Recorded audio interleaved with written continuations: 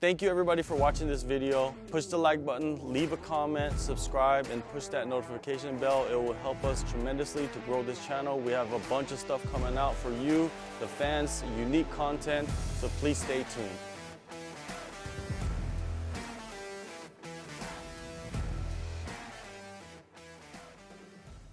All right, JHK here for the All-Star, and join me right now from Denver is UFC flyweight contender Brandon Royval. Brandon, thank you, man, so much for the time. You're sitting in your living room. How's life treating you? Good, man. Just been fucking on the run everywhere, man. All over the city, just trying to get all this done, man. And I don't just loving it, man. Just fucking right back into fight camp, and I'm always in fight camp, but like we're at the crunch time of it, so it's just getting real, you know. Is that the best time for you, these weeks of camp? No. Actually, my favorite time is when I'm not in camp. It's just like right after a fight, I can grow a little bit. But like at this point, it's always like since I've been in the UFC and Nick Maynard's such an organized matchmaker, is like the moment I have one fight, I have like the next lined up. So it's like as much as I don't want to I had time to like get better all around, you know, and just like focus on myself. It was all like still at the end of the day, I'm like, well, you know, Bontarine likes to do this, Bontarine likes to do that, or Bontarine, or however you like to say his name, likes to do that, you know, and I don't know. So it's like I always had that in the back of my head, and it's like I had this fight for like 5 months scheduled. I think 5 months or like 4 months or something, and just 4 months of thinking about some dude, you know, it's weird. Yeah, if you put it like that, it is kind of weird, but that's the sport we're in. That's the sport you're in. Yeah, every morning I wake up and I'm like visualizing the fight or whatever. Every night I visualize the fight, and it's just like it's kind of funny. It's kind of funny once you think about it. It's just fighting is a weird sport, man. It's like as much as like you want to just beat up somebody or just fight somebody, it's like spend a lot of time with Bontarine on my head, you know, and Ruggiero on my head and all that stuff, and just kind of I don't know. It's a weird thing. It's like I feel like I know him, but I don't know anything about him. You know, I couldn't understand probably 3 words he says too. So it's just funny. There's a balance, right, of like being focused on your opponent and then maybe over obsessing with the fight. You know, Yeah. is that there? For me, it's always like a balance, and I love to say this too. Before I started martial arts, I was really like huge into like Eastern philosophy and stuff, and I always think like fighting is the perfect balance. Like a perfect fighter has the balance of yin and yang. You know, is like a lot of push and pull type of motion. And yeah, exactly. It's like you have to focus on your opponent a little bit. I'm not focusing on what he does well, I would be dumb. You know, if I'm not focusing on the specific things that his like little habits and stuff, and I don't have that drilled into me, I would be dumb. You know. But also, if I'm just focusing on what he does well and not focusing on what I do well and all that, is like I would also be failing. So it's like a little bit of yin and yang. It's I got to focus on him, but it's mainly I gotta grow as a martial artist, you know. And I think that's the ultimate goal. And for me, is like being in the UFC, like it's as cool and all, man. Like being in the UFC is great, but like the ultimate dream for me was to train for free and just like that training be my life. So wake up and go to the gym's the only thing I have to do, and that was like the ultimate dream for me. So it's like I don't know. I'd be dumb to just get focused on someone else's journey instead of mine right then, you know? I think it's dope that your fans, they got to experience that. Because when you first debuted in the UFC, you were still working a job, you know what I mean? And then you got to quit the job and go full time. And, you know, like I Yeah. said, your fans kind of rode that wave with you. How did that feel, man, to get that support from people that you don't even know? Yeah, you know, and it's really cool too, because it's like sometimes I'll get someone commenting on maybe like Brandon, the working class man or whatever, or like the Brandon, blue collar Brandon or something like that. And I don't know, like one thing is funny is just like I don't think I can't believe how much I resonated with how many people that just did not want to go back to work on Monday or Sunday. I had to go back the next day, so it was Sunday, and it was just like a little bit of that too, and it was just like I don't know, man. It just like I feel like I resonated with a lot of people with that specific thing. It's just like, man, I've been grinding my whole entire life to get away from this. I had this opportunity, and I guess I didn't blow it in the long run because I did get that 50 G's bonus, but like at the time I was like, damn, I had the opportunity of lifetime in front of me and I went and blew it, and now I have to go work a full-time job while getting ready for this next fight, you know. And I don't know. For me, it was just more from the heart. Like I was so mad at myself at the time. I was like, I fucked up, and like I let it all go past me. And I don't know. I'm happy I pulled the heartstrings of Dana. Yeah, let's talk about the last fight. You only fought once in 2021 against Alexander Pantoja. You know, that year was a year of obstacles because you were going through the injury, you had the surgery, you had the recovery, and outside of the fight, that's a lot to go through as just a person, as just an individual. You know, where was the mind at after that fight? The mindset after, man, I think that was like really one of the hardest losses I've ever had, just because I actually lost the fight and like I legitimately like lost, and like that's never happened before. And I've been competing. I've been competing since I was a little kid, man. I've been competing since I was 16 years old in jujitsu tournaments and all that stuff. And it's like, uh, I mean, in jujitsu terms, I'm undefeated, but like as far as like then, is like I never got submitted as a kid. I never got like, you know what I'm saying? So like to get submitted was like one just embarrassing a little bit, but like two, it's like I feel like I shamed something I love. You know, I'm a huge jujitsu fan, and like jujitsu is like I don't know, man. Like I love jujitsu, and it's like to go out there and shame it. One was like a little heartbreaking on myself, but two was just like I don't know. I feel like for that, like my mind state changed a little bit of like who I am as a person and what I do on a daily basis of like how I think and how I act. Because I feel like I'm so on the go, and like at a time I think my life needed it. You know, is I needed to be here, here, here. I needed to be all over the place. I worked overnights. I had two other jobs. You know, I had a job. I had to be training every other part of the state, and it's like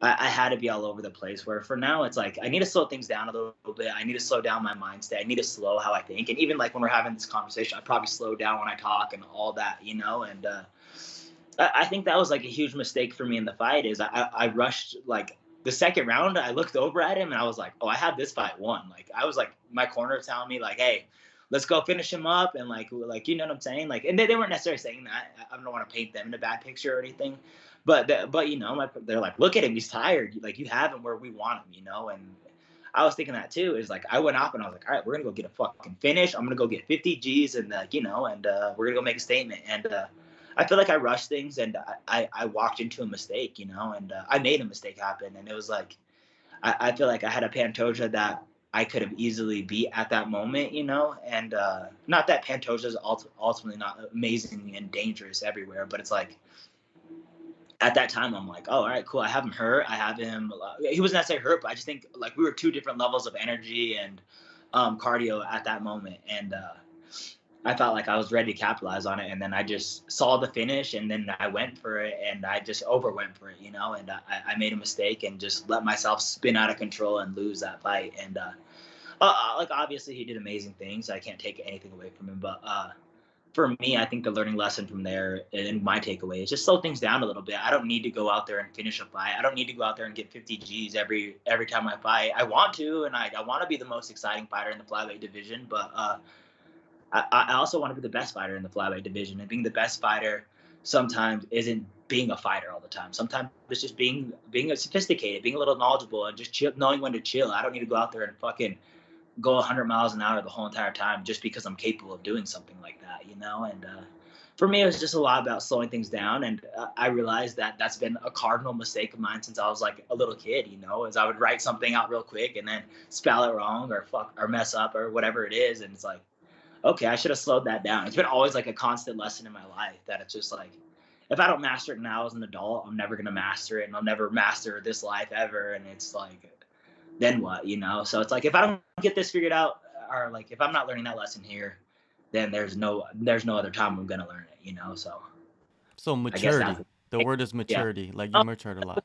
100% maturity. It's just growing as a fighter and as a martial artist always, but like more as a person, you know, and just becoming a better man and a smarter man, and you know, and just more efficient, you know. One thing I noticed about Factory X the last couple of months I've been talking with fighters is a lot of dudes have been going over there and doing their camps that are not actually part of the team, or maybe they joined the team in the last couple of months. How has the gym been, you know what I mean, during this camp? Because you said you've had 4 months notice, so you've probably been there every single day grinding. Yeah. So the gym, it was kind of weird. Like a couple weeks back, everybody had COVID and everybody got sick, but me, which was crazy. So we had like a point where there's only like 5 of us, 10 of us in the gym. There's back to like 40 people on the mat. But yeah, there was like a huge sickness that went around. But as far as fighters go, we should never have that many people in and out of camp or whatever. There's only like 4 fighters that are grandfather, like maybe 4 or 5 fighters that are grandfathered in on that rule. But like the new rule at Factor X is if you want to train at our gym, you have to move to Colorado and stay with us and make it more of like a team and a culture thing. I think when we were smaller, we needed so many guys. Like I think Jonathan Martinez is one of those guys that's grandfathered and he's still allowed to live in Texas and then come and train with us and do his camps out here. And it's like at the time, man, we needed Jonathan. And we still need Jonathan. Jonathan's such a vital, important part of our team. But especially then, it's like we have a bunch of 35ers on the up and coming, including himself. And it's just like we needed him, he needed us, and I think that was just kind of the acceptance and the rule then. And now I think we want to change our culture and just if you want to be a part of our team, you're going to be fully a part of it. You're going to be part of the family and all that stuff. So. There's a few fighters for sure. There's like a handful of them, but I think for the most part, we're trying to get everybody moved in Colorado and just join the culture and the team and the family. You know. Yeah, definitely. Now, Bontarine, he's number 7 in the world. It's not like you're just fighting some dude outside the top 15. What type of fighter do you see from what you have observed of him? You know what? He's a fun one to kind of think about because he's a little bit wild, but he's very counter, like, you know, like he likes to counter. So I don't know, man. I see like I see a fight that I can win. I can win a lot of different ways, in my opinion. I think I can out cardio him. I think I could outpace him, but that's not necessarily how I want to win this fight. I want to outsmart him. I want to outthink him. I want to outposition him, and I want to beat him in a chess match this time. And I want to start beating all these guys in chess matches. And compared to like a game of who's more manly, who's bringing the bigger set of nuts to the table, I don't want to quit. I want to quit doing that for sure. But I think that he's a guy that I can beat anywhere. I think I can beat him in a cardio war. But specific for this fight and for my growth as a human being and as a fighter and as like, you know, in general as a man is just, I think I need to calculate this and I want to go out there and be a little smarter. And, you know, I want to show maturity in the cage too. And if I don't mature fight to fight and one, slow things down and then show these little growths and improvements and then also try to experiment with it is like, if I can slow things down and then I can pick it back up and I can slow things down and pick it back up. And it's like, if I can do this against Bontarine, number 7 in the world, then I should have no problem doing it against the rest of these people. You know what I'm saying?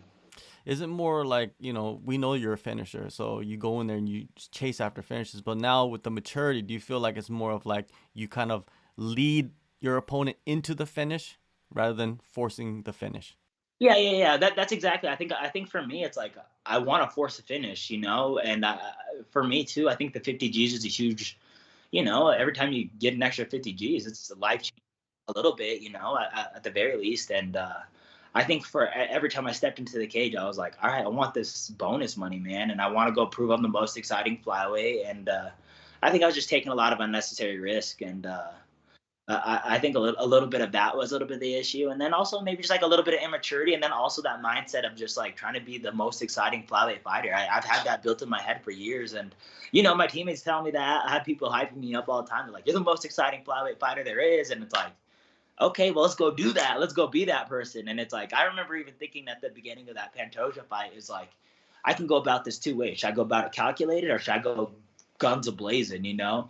And then I'm in the back room and I was like, I just feel like getting a fucking fight today, you know? Like, I just want to go out there and fight. And, you know, it almost worked. Maybe, you know, maybe it almost worked, maybe not. But it was definitely the reason I lost too, so. Now, Bontarine, his last... Yeah, exactly. You know, you talked about it, yin and yang. And, you know, Bontarine, his last fight was at bantamweight. He missed weight.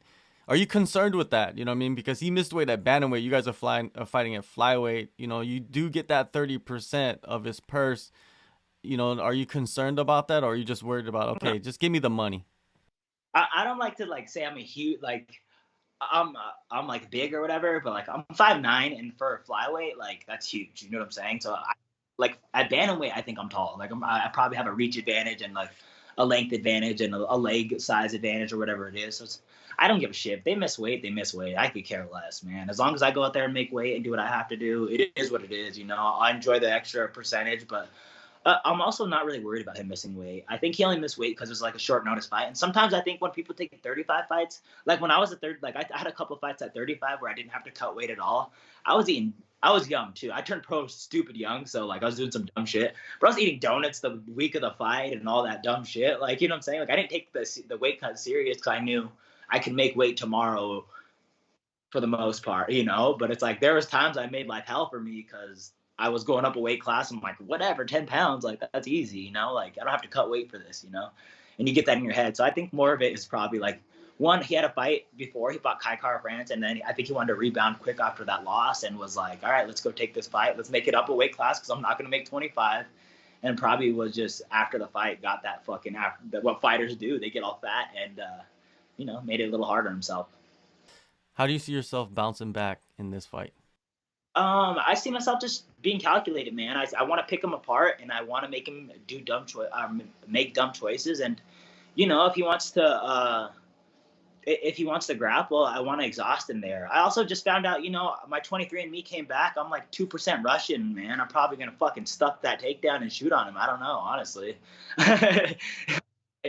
But I might be like 2% Russian or something weird like that. So who knows, man? I'm probably stuffing takedowns this fight. I don't know. But for me, I think that's just overwhelming. Like just outpacing him a little bit, but just mainly picking him apart and just making him make dumb choices and walk right into my stuff. That's how I want to win. PTSD in combat sports, from like injuries or bad weight cuts, losses, maybe damage taken in fights. Does it exist in MMA, and what effects are there? Yeah, so I think people had a lot of this question for my shoulder. And I would wonder that too, if it didn't pop out every week before that. If it wasn't popping constantly before that, if it would be like a PTSD thing for me. But I think so, man. I think fighters that have like a rough fight or like a roughish fight, I think it's hard to overcome that. And like I think it's hard to overcome some of that stuff. But for me, and I think the most beautiful part about fighting for me is like I've anxiety, like I'm a super anxious person. I would like to say I have anxiety, but I'm an anxious person. I think everybody is, but I think I'm super anxious, and I think fighting's the only time where it's like in the middle of a fight is the only time I'm not overthinking shit. It's just fucking, I'm free, I'm good to go, I'm flowing, I'm having fun in there, and my body takes control, and so for me, I don't think PTSD would ever be an issue because once we're in the fight, I'm just fighting, and I'm just me, and I'm just flowing and just free, and but I can see how it could be an issue for some people for sure. Have you ever seen that be an issue with like other fighters?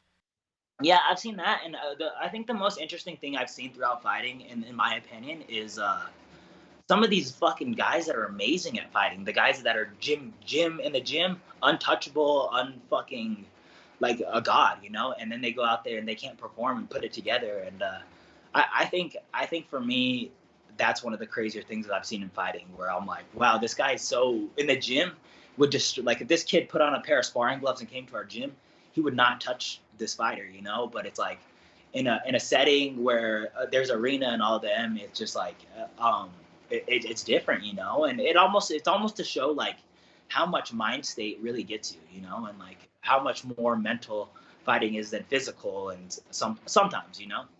Outside of fighting, what keeps you up at night?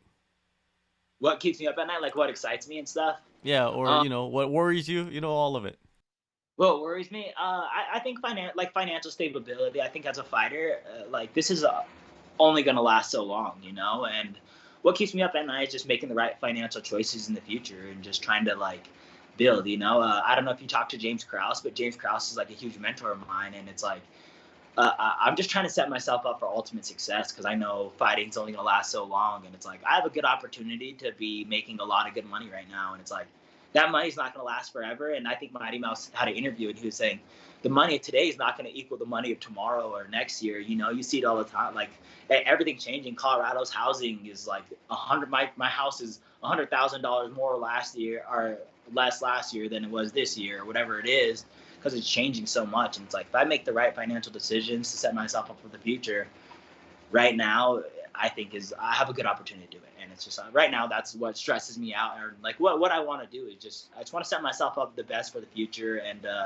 whatever endeavors next after this, I want to be set up perfectly from what I've done and the format I've laid out all these years, man. I've been doing this shit since I was 16 years old. And it's like, sometimes I'm like, oh, I can't believe I'm not working anymore. I don't have a job anymore. And it's like excited, but I'm like, all these fucking hours I put in before, I was putting in like so much more work than anybody I've known at a time. And it was like I it's okay to relax and fucking enjoy it. But it's also, it's like now I need to make the most of it and be the smart person with it, because I'm not going to go out and buy a fucking Benz and then ruin my 50G bonus and then do something dumb right off the bat, and I just don't want to be that kind of person. January 15th, UFC Fight Night Las Vegas, a pivotal flyweight matchup. Thank you so much, Brandon, man. Always good catching up with you. Good luck on the rest of the camp, and stay safe and enjoy the holidays. Yeah, I appreciate it, man. Big shout out to my sponsors, AP Glass, man. They're keeping everything great for me, man. I appreciate it. Thank you, Ed. Thank you, Cyrus. Thank you, bud. Thank you for your time. All right, have a good day.